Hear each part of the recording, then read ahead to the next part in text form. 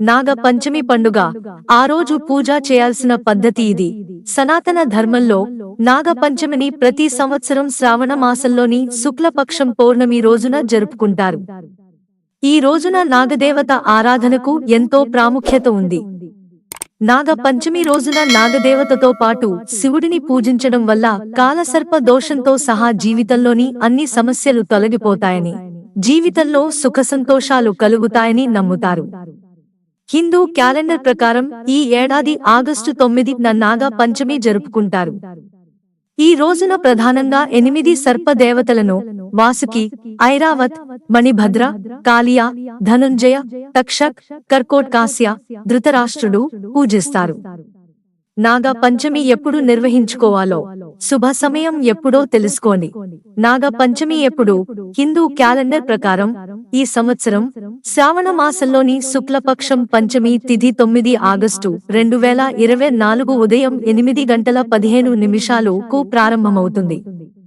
మరుసటి రోజు అంటే ఆగస్టు 10 ఉదయం 6:09 ముగుస్తుంది. అందుకే ఉగాది ప్రకారం ఆగస్టు 9న నాగపంచమి జరుపుకుంటారు.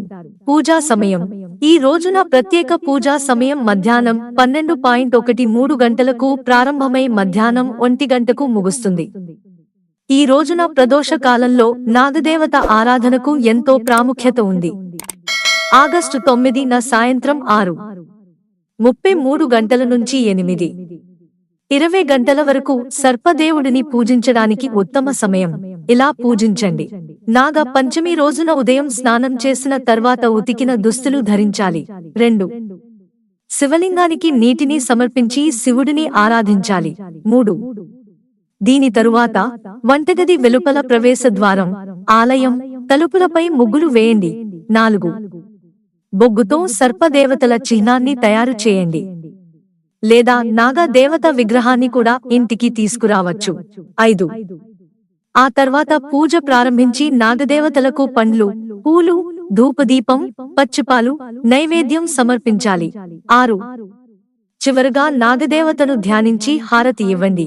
7 హారతి ఇచ్చిన తరువాత మీరు నాగ పంచమి కథను పఠించాలి. వీలైతే పూజ చేసిన తర్వాత పాల గిన్నెను పొలంలో లేదా పాము వచ్చే అవకాశం ఉన్న ప్రదేశంలో ఉంచాలి.